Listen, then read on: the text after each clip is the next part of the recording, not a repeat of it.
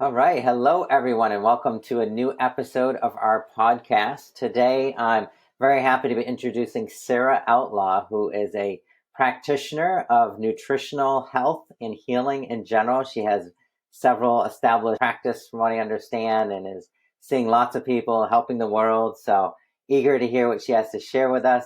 Hi, Sarah. Hi, Ryan. Hey, thank you for being with us today. Thank you so much for having me. I appreciate it. Yeah. So tell us a little bit about yourself and your mission right now. Yeah, so I am a practitioner of natural health, as you mentioned. I am a clinical herbalist and foundational functional nutritionist. I also specialize in advanced muscle testing, which is my main modality that I practice, along with doing the functional labs and those types of things. I currently have 3 in-person physical practices, one in Des Moines, Iowa, one in Cherry Hill, New Jersey, and a satellite office in Mount Pleasant, South Carolina, as well as a worldwide virtual practice. So I am able to do muscle testing virtually, which is pretty cool. So we have quite a few people that aren't able to come into the practices to see me, but we're still able to help them. We mainly specialize in women's health, and we also do families as well, because once mom comes in, then everybody starts to kind of follow her in, and we want to take care of everybody.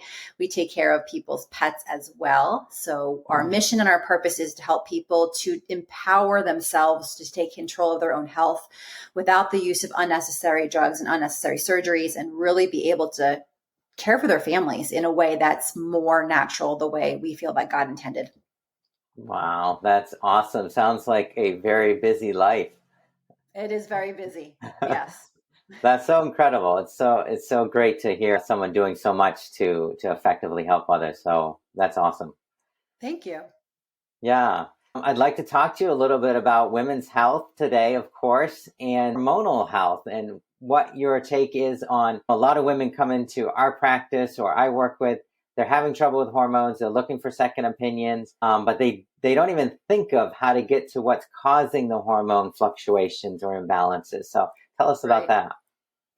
Yeah. So everybody always says, my hormones, all these things, and they have all these symptoms and they don't know what to do about it. And they go to maybe the gynecologist or their OBGYN, and they have all these tests and they get put on bioidentical hormones or hormones in general, and they never really know what's caused the problem in the first place. So what we know with the practice that we do is that toxicity creates deficiency. And what that means is if you have toxins in your body of any kind, whether it be a immune system imbalance, like a parasitic imbalance, viral, fungal, bacterial, or you have toxins like a heavy metal toxicity or chemicals or any of those types of things, what will happen is it knocks your hormones off. So one of the main things that contributes to hormone imbalances is a parasitic imbalance. Parasites are very common, unfortunately. And even in our country, people think, oh, that's a third world issue, but no, it's not.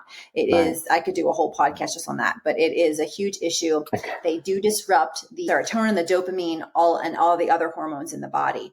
Also, one of the main hormone disruptors now for women is all of the personal care products. Now, we all like to look nice, right? So even guys, even you use different kinds of products. This is a problem because so many of the products out there are full of endocrine disrupting chemicals that literally change the hormones in your body. And a lot of people still are not aware of this, even though me, myself, even in the last 10, 15, even 20 years have tried to educate people on this. It's huge. So when someone comes into my practice and says, Sarah, my hormones are whacked, that's usually what they say. My hormones are whacked. What do? Well, we test. We want to figure out what's going on. Why are their hormones out of balance? We don't just start throwing herbs and saying, okay, do the herbs, do these things. We want to know why. So we do specific testing to find out those answers. And then after the hormones start to rebalance naturally, then we start to say, okay, what herbs can we do to help your hormones modulate? The really cool thing about using herbs and nutrition to help with hormones is we're not forcing the body to do anything. So we work with what's called the autonomic nervous system of the body, which is a system that runs your body. It does everything automatically that you don't have to think about doing. So making your eyes blink, your heart beat, your lungs breathe. That system controls every single system of your body.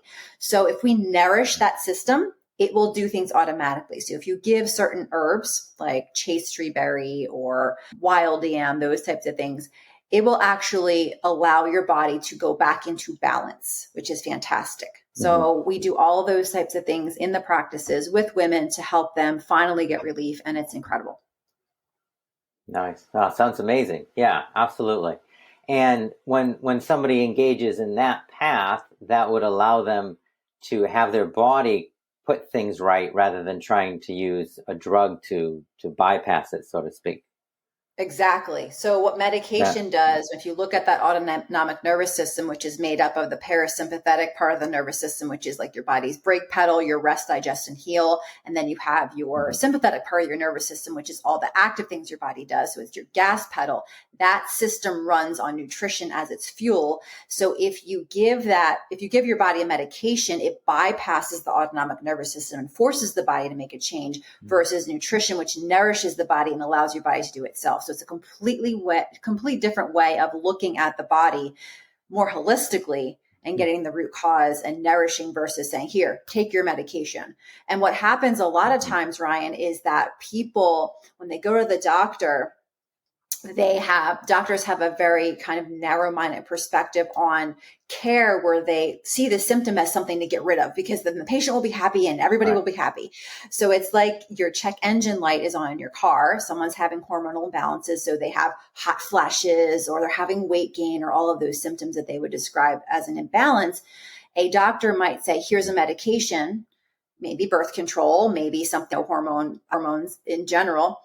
That's like putting a sticky note over the dashboard of your car on top of that check engine light. It doesn't mean it's going to help what's going on in the car. Your engine still might blow up. So that's the difference here, is we're looking at what's going on under the imbalance, under the symptom. Let's fix that. Nice. I love that.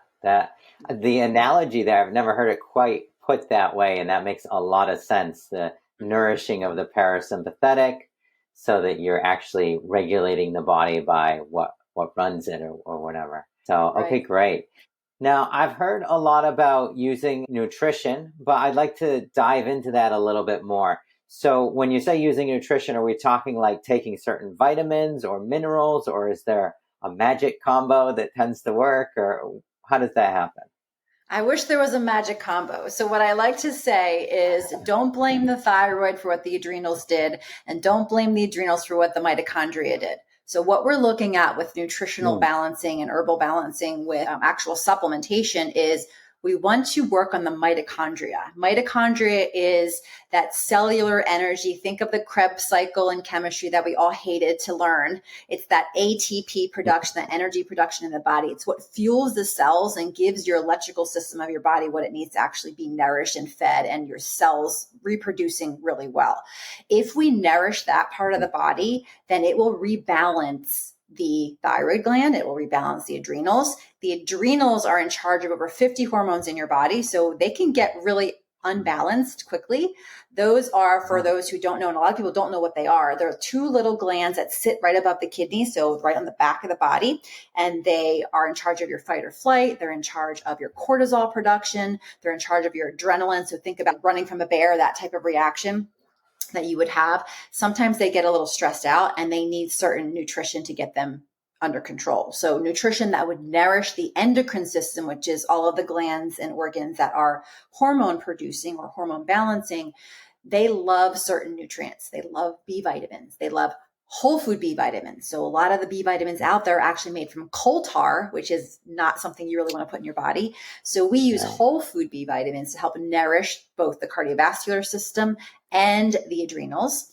Backing up a little bit, the heart eats first. So it will take the nutrition it needs and leave the other organs at a deficit. It can give whatever it can give because its body is to distribute.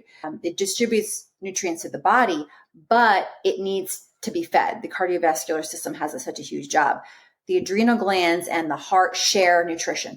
They share vitamin C, they share vitamin B, those types of things. So you have to make sure you're getting that nutrition, but toxins block it. So before I supplement, before I'm giving herbs as teas, or I'm giving tinctures, or I'm giving capsules or tablets or whole food supplements, I'm looking at giving the body a detox process. So we use different companies in our practices that are specifically designed for healthcare practitioners. So they're considered prescription.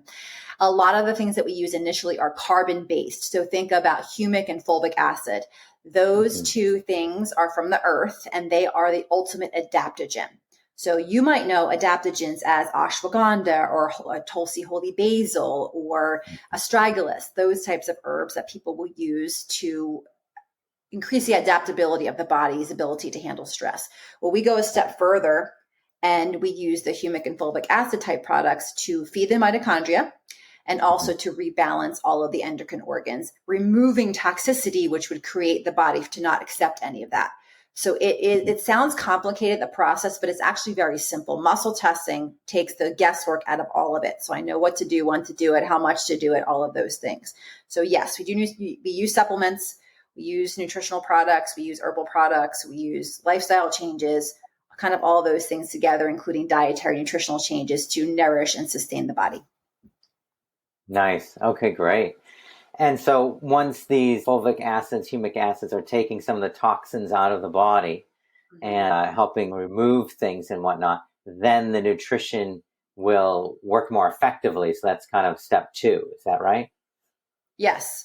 If somebody has parasitic imbalances, if they have glyphosate, which is Roundup in the system, if they have viral imbalances, bacterial imbalances, fungus, women and candida is a huge issue. A lot of us have fungal spores in our bodies blocking nutrition.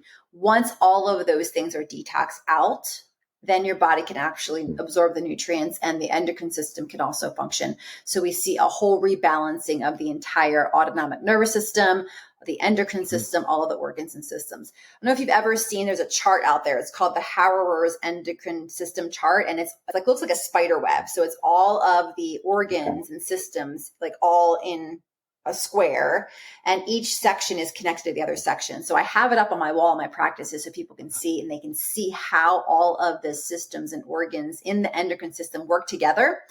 So when they come in, they say, oh, my adrenals, I have adrenal fatigue. And I say, okay, your adrenals are just one part. Here's the rest of it. Here's your hypothalamus, which is like the mothership of your hormones. Here's the pituitary, which actually produces the thyroid stimulating hormone, TSH. Here's your thyroid. Here's your pancreas, which is insulin resistance issues. People who have PCOS, polycystic ovarian syndrome, have a lot of insulin resistance issues. People going through menopause have a lot of issues they don't even know about with insulin. There's so much more to hormones than just my hormones. So we have to we educate people on these things. So I've done hormone classes, and we educate in the room. We educate when we do telehealth. We want women to know what this is all about so they can understand their bodies better. Yeah, makes so much sense. It's not, you may have a symptom that you can relate to adrenals, but it may be a lot of other interconnections causing the situation as well, it sounds. Yes, definitely. Great. Okay, makes a lot of sense. I wanted to bring up a topic that is sometimes a hot topic with especially new clients or that are new to the holistic field. And that's how cholesterol helps with the production of certain hormones and why it's important in the body. Can you kind of tie that in here as well?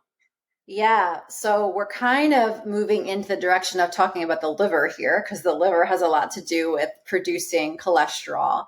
What happens a lot, and what I'm seeing a lot in practice with high cholesterol in women, especially, and we do a lot of men hormonal health too, as well, but women especially, is that they'll come to me and say, my cholesterol's high. And I'll say, well, how high is it? What does it look like? And they're like, oh, it's 230 or it's 269. And then I look and I say, okay, well, your LDL is higher than your HDL. So technically we'd want HDL to be higher than the LDL, because HDL is the protective cholesterol, the good cholesterol, and LDL is quote unquote bad, right? But why is your cholesterol high? Well, the old cholesterol numbers used to be 300 was the old range. 300 was normal. Right. Well, now it's like they want it 150 to 200 or under 200. For me as a practitioner, knowing what I know about healthy fat and the brain and brain health and diabetes and Alzheimer's and dementia, I know once those cholesterol numbers start falling too far below 200, that person's actually in trouble. They're in trouble mentally. If you don't have enough cholesterol, because the cholesterol is there for a reason, it helps with hormone production, it helps with just all sorts of facets of the human body. When that goes too low, the brain is actually at a deficit and people start to have memory loss. So I see more cases of dementia, more cases of Alzheimer's, younger and younger now, because people are put on statin drugs and they're knocking that cholesterol down. I had a person whose cholesterol was 110. That is crazy. 110? Yeah. They couldn't remember where they put their key. That's what happens. It's basically type 3 diabetes. Alzheimer's can set in early. Dementia can set in early. So we see these patterns. When they introduce statin drugs, that you can see the stats. If you look up graphs, you can see the stats. Statin drugs get introduced, cholesterol starts going down, and dementia and Alzheimer's starts going up. So why is that? Because you're forcing the body to stop producing something that's protective, and also cutting out things that are really hormone protective and body protective, which is butter and healthy fats. So we're looking at basically coconut oil, some saturated fats, which aren't bad for you in certain quantities, and introducing processed foods, which would be sugar and carbohydrates, which will actually knock the cholesterol up. So we vilified healthy foods like grass-fed meat and grass-fed cheese and raw cheese. And I don't do a lot of dairy just because genetically it's not the best for me, but I know that raw milk is better for you than pasteurized milk. If we eat well and eat what we're meant to eat, like from the earth versus processed foods, sugar, dairy, then your cholesterol is going to be normalized. It's the sugar and the carbs that send it up. It's not your eggs in the morning. It's not your dietary cholesterol does not equal high cholesterol in the body. That is a myth. So I've done classes on the cholesterol myth. I've talked to people about hormone health. We see people on statins, their hormones go wacky. So a woman starts taking statin drug, all of a sudden now their hormones are out of balance. Why? Because they need that. There's a term that is not well accepted anywhere really, but it's called dirty estrogen. So dirty estrogen is something that we use kind of like a tongue-in-cheek term when the body isn't detoxing estrogen out of the liver. So when that happens, things get clogged up. So cholesterol is stuck there. If thyroid is off balance, cholesterol can be high. If pancreas is out of balance, cholesterol can be high. So you have all of these different factors that can contribute to estrogen being too high in the body and cholesterol being too high in the body. But then again, we ask that question, why? Right. Okay, makes sense. Yeah. So obviously it's not just cholesterol is bad, therefore you should always go on statins if you're above X number, right? And no, question for you. So you mentioned the numbers changing on the cholesterol, like it moving down. I've asked before, I've gotten various answers, but I'm always interested. Do you have an explanation as to why that might have been done? Because pharmaceutical. Pharmaceutical reasons. It's all about the money. It's all about the money. So bread and butter for a lot of the cardiologists is automatically putting people, you come into the office and your cholesterol is high and your blood pressure is high. There's 2 medications right there that you're going to put up people on for life. And what they tell people is, this is lifelong. We're going to have on blood pressure meds and you're going to be on cholesterol meds. So you can't do that. I mean, normally people's cholesterol is not going to be around 300 or even 280 or whatever. It's just kind of naturally balances out. Usually between 220 and 260 is kind of where people tend to fall. So let's get people down so it's farther and tell them their cholesterol is high so we have something to give them. But it's caused so many problems. I've had to have people come in. Muscle wasting is huge. So I've had people coming in having to recover from statin drugs. One of the most famous cardiologists and a colleague of mine, Dr. Jack Wolfson, he is a pretty famous cardiologist. You probably have heard of him. He, from the stage at the Cellcore conference last year and the year before, literally said, if your doctor puts you on statin drugs, take yourself off and find another doctor. Like that's just a no-brainer. You do not need them it's not increasing your heart risk if your cholesterol is higher. You need to find out why your body's overproducing it. There's something going on. There's endothelial cell damage in the body, which is like the cells inside the body that contribute to all the health of your liver, your cardiovascular, skeletal systems, all of those things. You have to find a practitioner who can help you figure out why. If you're not able to do it yourself, which I couldn't before I was a practitioner, I couldn't figure out why I was sick the way I was sick. I was pretty sick. I couldn't figure it out myself. I knew a lot of things. I was being Dr. Google. I needed help. So I definitely suggest find somebody who can help you navigate through the myths, the truths, find out why your labs look the way they do. I love looking at labs. It's part of my practice. It's a huge part of my practice. So we run a panel that's 21 different panels plus hormones. And we look at that in the functional ranges. And I sit down with a patient And we take at least a half an hour to go over. The report that we get is 38 to 58 pages of just rationale for what that blood looks like. What is your body doing? What's your liver doing? What's your kidneys doing? What's your cholesterol look like? What's your blood sugar look like? Blood sugar high usually means your cholesterol is high. Why? What's your pancreas doing? So we can look at all of those numbers and then put together. Muscle testing and blood work together is a magic combination. I think I'm one of the only practitioners, or one of the first practitioners, to actually do that, where we've actually combined the two together, where we're doing labs plus muscle testing together, marrying the two, and then comparing and contrasting the results. And it's been really amazing the last few years looking at that. Wow. Yeah, sounds amazing. Sounds like that would give you all the information you could possibly need for creating the I mentioned earlier, the magic formula. Well, that's probably the underlying pinnings of the magic formula, huh? Yeah. For sure. Okay. Yeah. So, okay, great. Now, so we have hormone balance going out, people getting on statins. One trend that I've noticed is that people younger and younger coming in on statin drugs, and younger and younger having all the complications you mentioned, but also having hormonal imbalances that then lead to getting onto some sort of hormonal supplement or drug or whatever. Is that a trend you've seen as well? Yes, we're seeing a lot of girls going through early puberty. Some as young, they start with breast buds even as early as 6 years old, 8 years old. Oh my I God. see children girls being put on birth control at 10 or 11 years old. Because they're getting their periods earlier and earlier. So the gynecologist, OBGYN, will say, let's put her on birth control because she's having really heavy periods at age 11. I have a girl recently, she's 17 now, but at age 11, they put her on the Depo shot. 11 years old. I'm sitting here going, oh my God, there were so many things that we could have done to prevent that. And we know, I don't know if you're familiar with Dr. Jolene Brighton. She's amazing. She's like the birth control guru. She talks about birth control issues. And I refer people to her a lot as far as looking at her information on her website, because she lays out the dangers of birth control and how hormonal stoppage, like stopping things like that and not getting a period for 6 months, 8 months, a year, all those things is detrimental. I do not recommend hormonal birth control to my patients. I teach them other ways of doing that because we are having so much fertility issues. One of my specialties is fertility in my clinics.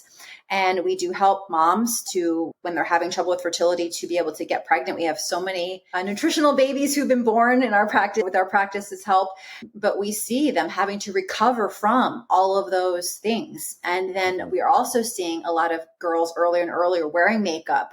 Social media is great and it's not great. Yeah. Younger and younger kids are on TikTok, they're on Instagram, not really Facebook, because Facebook is for us old folks, right? The kids don't do Facebook, but all chat, and they want to look like the filters look. So you got the Kardashians, who are the role models for our kids, right? Makeup, beauty care products, hair care products, hair dyes. Girls are getting inundated with these chemicals and their growing bodies can't handle it. So we're seeing these hormone disruptions that are out of control. Early puberty, like I mentioned, infertility, hormone imbalances, periods that are so bad that these girls can't get out of bed. We have to intervene. Somebody has to help these girls. Yeah, absolutely. And so you mentioned the makeup earlier and whatnot.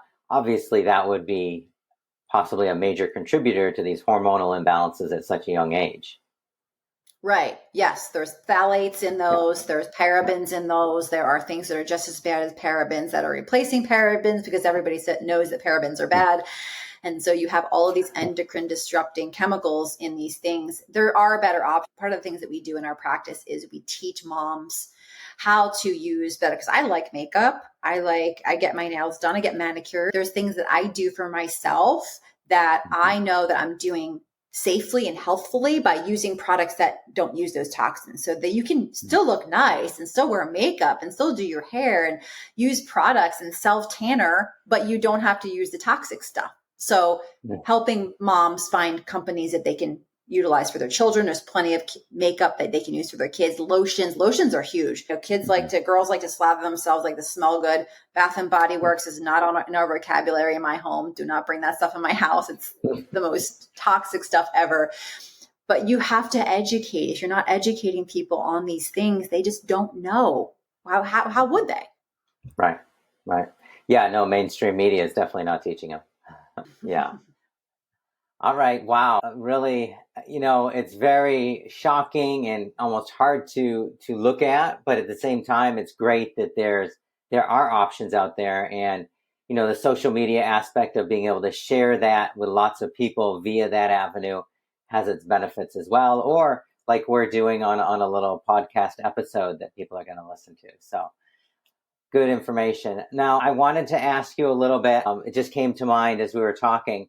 So we have this toxicity issue, and then we have parasites. And these are two things that are not as common in the general language of health and wellness, at least outside of our world.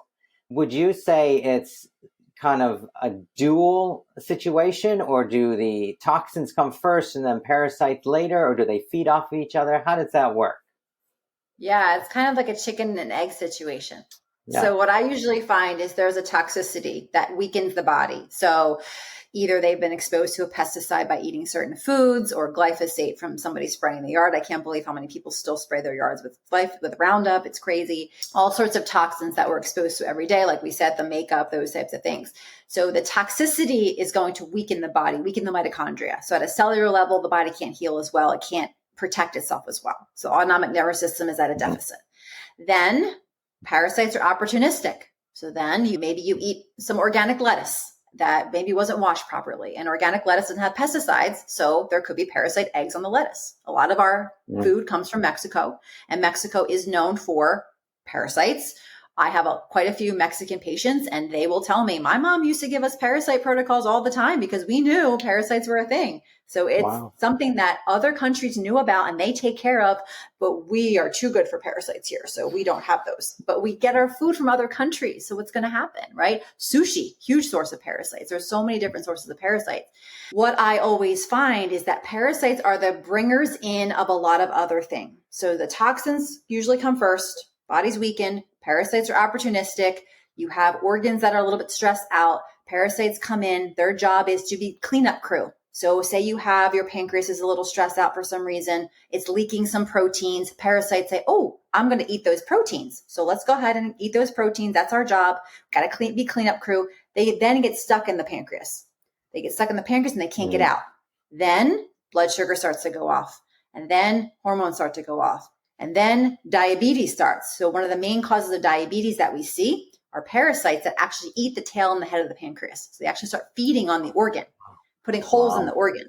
They contribute to the gut being leaky, impermeable gut, right? So we see all of these things. I would love to talk a little bit about, if we can, why parasites aren't found by medical doctors. Can I talk about that? It's really interesting because a lot of times, even stool testing, because people will think they have parasites, maybe they saw them, they won't go into the bathroom, and we have a lot of poop talk in our practice because we have to talk about digestion a lot. So it's one of those things that can't be taboo. You got to talk about it. Right. People will say, well, I got tested and I don't have parasites, but we find them. The muscle test finds them. Blood work, you can find them. If you look on your labs, when you take a CBC and chem panel differential and look at basophils, eosinophils, and when you're looking at neutrophils and lymphocytes and monocytes, there's two things there that are basophils and eosinophils. If they're different than they should be number wise, that means you could possibly have parasites. So it can show up in blood work. Why it doesn't show up in your regular testing is that parasites are like, think of a bowl of Skittles. You've got all the colors of the rainbow in your bowl of Skittles. So say the green Skittles, I take them all out of the bowl and I put them in one corner of the bowl. So the bowl still has the green Skittles in it, but when I put my hand in to grab the Skittles, I have no green Skittles in my hand. Okay. They're not there. Does it mean they're not in the bowl? No, they're just all the way over here. So I couldn't reach them. So when you have a stool test, you're only taking the stool from the end of the colon. Well, the parasites aren't going to be sitting there usually. They're going to be somewhere else. They're way up in the intestinal system. Maybe they're in the brain. Maybe they're in the sinus cavity. Maybe they're in the liver. There's liver flukes. There's lung flukes. There's all different types of parasites that could be affecting you negatively that may never, ever, ever show up in a stool test because of that Skittle analogy, because they're just not right there at the surface.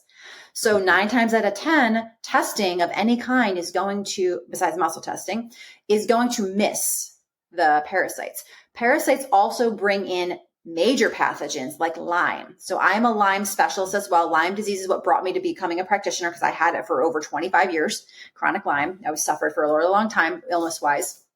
My illnesses are what brought me to what I do, basically.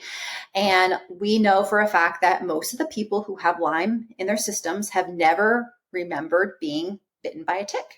Well, Lyme comes in from different places. It can come from getting scratched by a stick that was peed on by an animal that was infected with Lyme. It can come from gnats, mosquitoes, lice, any type of bug bite of any kind. It's also sexually transmitted. It can cross the blood-brain barrier. There's so many things for Lyme. But one of the main things that Lyme comes from is parasites. Say a parasite bites your dog, again, gets into your dog licks you, you get parasites from your dog licking you. And now you have a parasite that has Lyme in it, because lots of animals already have Lyme. So then the Lyme is now in you. Lyme is very ubiquitous to the population. A lot of people have it in their systems. They might not have full-blown Lyme disease, because that's a little bit more, but they might have Lyme bacteria or Bartonella or Babesia or Ehrlichia, which are Lyme co-infections, contributed to by parasitic infection. So we have to kind of figure out what's there, how it got there, and take care of it. So it's a huge kind of tangled web of issues that parasites can contribute to. And the toxins started it. Right. It all starts with the toxins, Right. and which we're surrounded by in the modern world. Yeah. I mean, I'm sitting on a chair that's probably got formaldehyde in it, and my walls were painted with paint, and my light is emitting phosphorus, and my computer is made everything. I mean, you can't get away from it. You literally can't. My clothes are not organic cotton, so there's something in them, I'm sure, right? Right. Yeah. Yeah, and that kind of goes back to, some people say you just need to eat well, but it seems like the more I work with people and learn from other practitioners and whatnot, it's almost like you have to be on a proactive detox type of stance with your own health and others, because of the amount of toxins we're exposed to. What do you think about that? Yeah, I mean, detox is a dirty word. The word, it's like the D word. It's like, don't talk to me about detox, because your body should be doing it. Yes, our bodies should be doing it. Our livers should be able to get through all the phases of detox and take care of your system, right? But why can't they? Well, our food system is so contaminated, and the soils are so depleted. If you're not looking at biodynamic farming or agricultural, where they're doing organic, sustainable practices, the things that are grown, there's not enough nitrogen in the soil. Copper is almost completely depleted in the soil. A lot of people are deficient in copper, which is an essential trace mineral, trace nutrients. We're almost all deficient in magnesium. We don't have the right amounts of calcium in our bodies. When I do the testing that I do, the lab testing, it shows zinc levels, vitamin D levels, vitamins, minerals, and electrolytes are always off. Why? A lot of my patients come in, they already eat well. How come they're not healthy? Why do the labs look so bad? Why are they coming up so nutritionally deficient? Well, there's nothing we can really do about that food wise, except do our best and eat whole food healthy, because unless you're growing your food yourself and you know how to balance your soil, it's just not going to happen anymore. It's just so depleted. So we have to be more proactive in figuring out how can we add to our nutrition. There are some things that you might always need to be on. So we do DNA. It's called nutrigenomics DNA testing. It's a nutritional based DNA testing that we also utilize in practice to see what your overall deficiencies are. It tells you if you're a hunter gatherer genetically, if you are a farmer, like eating type genetically. And it's interesting because I'm in Iowa now. And looking at people's genetics, I am from New Jersey. My family is from Italy, and I am more of a hunter-gatherer. But every single person that I've tested in Iowa comes up as farmer. Well, why? Well, because it's the Midwest and it's all farming. So they live off the land. It's all farming agriculture. But they're deficient. Why? Because the soil is depleted. So we're seeing this huge issue as an ongoing issue that we have to give supplements. So some people say, there's no such thing as needing detox. Your body can do it yourself. And then you don't ever need supplements because you get it from your food. Well, both of those statements are completely false. Maybe that was okay 60, 70, 80, 100 years ago, but it's not okay now because things have changed. You have to supplement. Supplement is completely necessary because you have to reestablish a baseline, reestablish a homeostasis in the body, rebalance nutrition because we're depleted, You drink a can of soda, you just completely wiped out a lot of different things. You take one round of antibiotics, you don't have the proper gut flora for maybe a year. So we're doing things on a daily basis. Metformin depletes nutrition. Statin drugs knock out nutrition. So you have to look at all the nutritional deficiencies, even the drugs you're taking are doing. Mm-hmm. Wow. Yeah, no, it's a lot. And it can be overwhelming, I think. And sometimes people are like, well, it's too much. I'm just going to do what I can that I already do. I'm not doing horribly, but it almost feels like there's such a higher level of health for the society as a whole that has been lost sight of. And that has to be reestablished in each individual before they sometimes reach for a lot of these methods. At least that's something I've noticed at times. But okay, great. Now, I wanted to ask you, you mentioned a couple times that you also work on men's hormones. And we don't do a lot of that here, honestly. But I was wondering, what things do you work on with men and whatnot? Both my personal curiosity and just since you brought it up. Yeah. So younger and younger, we're finding that there's prostate issues with men. So men are having huge issues with their prostates, younger and younger, like 20s, 30s, early 40s. And that can contribute to a lot of hormone imbalances. We also see a lot of low testosterone. So a lot of low T cases. And so there are a lot of things that we can do in regards to men's health by removing the toxins, removing the immune system challenges first, and then rebalancing and being able to raise up the testosterone naturally without doing any type of hormone replacements for them as well. We can help men just like we can help women. We do, like I said, we do a lot of fertility cases. So a lot of times with my fertility cases, I actually require both partners. So because it's not just her fault that she's not getting pregnant, there's a lot going on with him as well, as far as hormone imbalances and viral issues, parasitic issues that are contributing to either not being able to sustain a pregnancy with lots of miscarriages or not being able to get pregnant in the first place with low sperm counts and those types of things. So we help with all of that very naturally. So we change nutrition, we get rid of toxins, we get rid of immune system challenges. And then there's lots of amazing herbal therapies for men and getting that handled. And then also things like nitric oxide. And we use something called Cardio Miracle, which is amazing for oxygenating cardiovascular health. We do a lot of erectile dysfunction work where that's an issue as well. And that's a lot of cardiovascular issue, circulatory. So you name it, for men, we have helped in all of those situations, even with prostate cancers. Wow. Yeah, I guess it's just something that we haven't delved into, but there's definitely a lot of people dealing with that type of thing out there. I saw something speaking of social media a few weeks ago, and I don't know how valid it is. You always take these things with a grain of salt.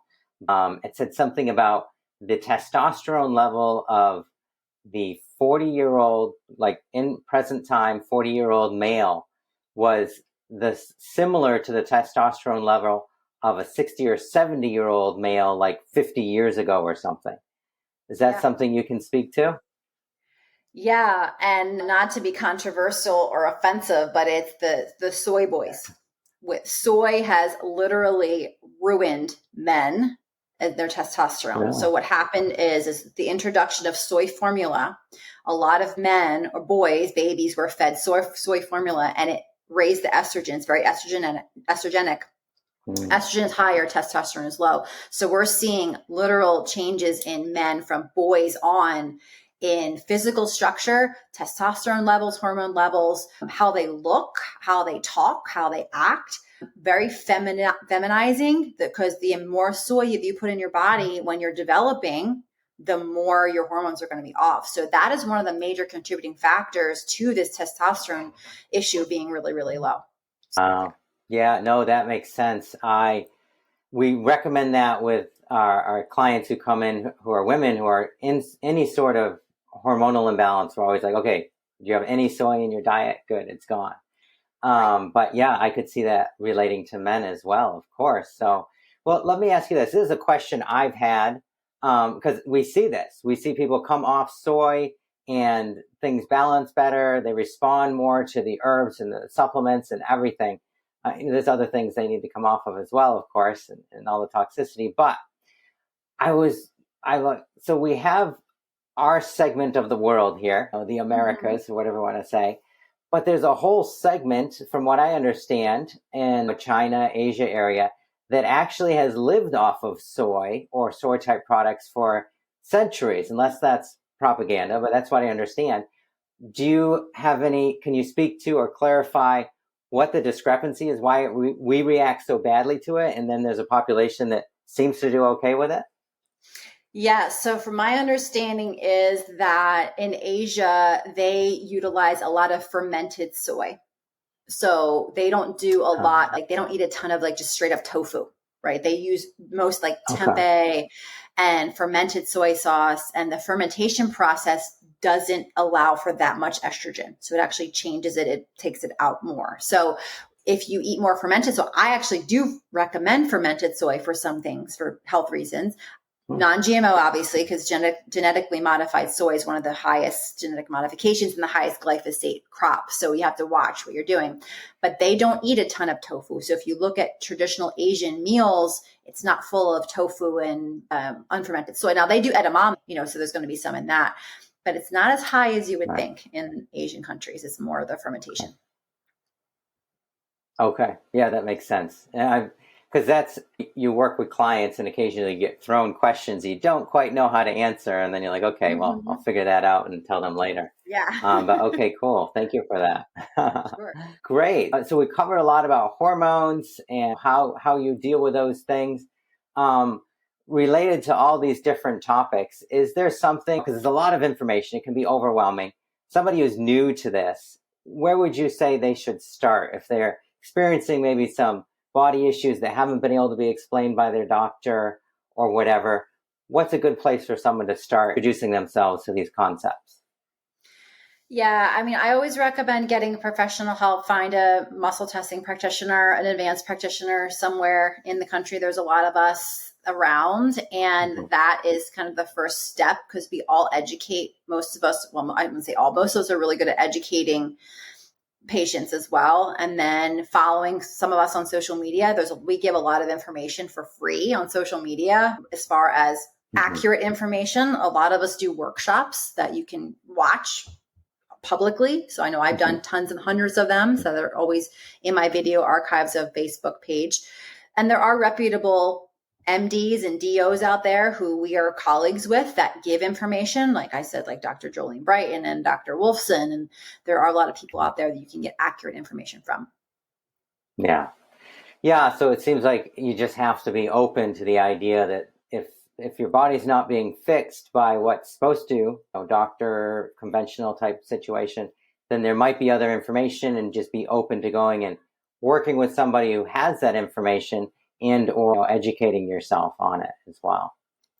Yeah, having an open mind, and also realizing that the definition of insanity is doing the same thing over and over again and expecting different results. So if you are having health issues continually year after year after year, and you're still doing the same things to fix it, it might be time to take a step back and say, listen, I'm worth more than this. I can't fill from an empty cup, and I need to figure something different out. So you have to be able to open your mind, because a lot of the alternative practices that we do, and a lot of us as practitioners do, are not considered mainstream, and they might seem a little bit wacky or strange, but they work. And you have to be able to be willing to have that open-mindedness to say, okay, nothing I'm doing is working. This is my last hope. I'm sick.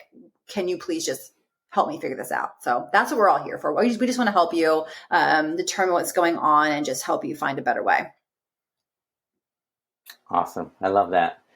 Okay, great. So thank you so much for all this amazing information. I know we've just scratched the surface of some of the information that you could provide, but I think we've got a good package here for people to listen to in this episode. So I'm excited to get that out to everybody. Now, if somebody wants to get a hold of you or work with you directly, I know you have your 3 physical practices, brick and mortar, but then you also do worldwide virtual practices. How does somebody get a hold of you or your practice? Yeah, the best way to find us is just go to our website, and there's contact forms on there. So www.nhiccenters.com is our website address, and you can see what we do, kind of what we're about, and then also contact us through there. Perfect. Simple enough. Okay, great. And is there anything else you wanted to mention before we wrap things up here? Just that, like I said before, you watching, listening, you're worth more than what your health is telling you, and you're not your diagnosis. So take a minute, do a self-evaluation. How are you feeling? Do you feel amazing? If you don't feel amazing, you should. So find a way to live the life you were meant to live. We're not meant to survive. We're meant to thrive. So that is my goal for everybody out there listening, is that you kind of have an open mind and that you move forward into that path of healing and find a way to thrive. Amazing. There we go. I love it. Okay, great. So thank you so much for being on today, Sarah. We'll get this right out, and all the information we went over on contact data will be in the show notes as well. Thanks again, Sarah, and we'll talk to you soon. Thanks, Ryan.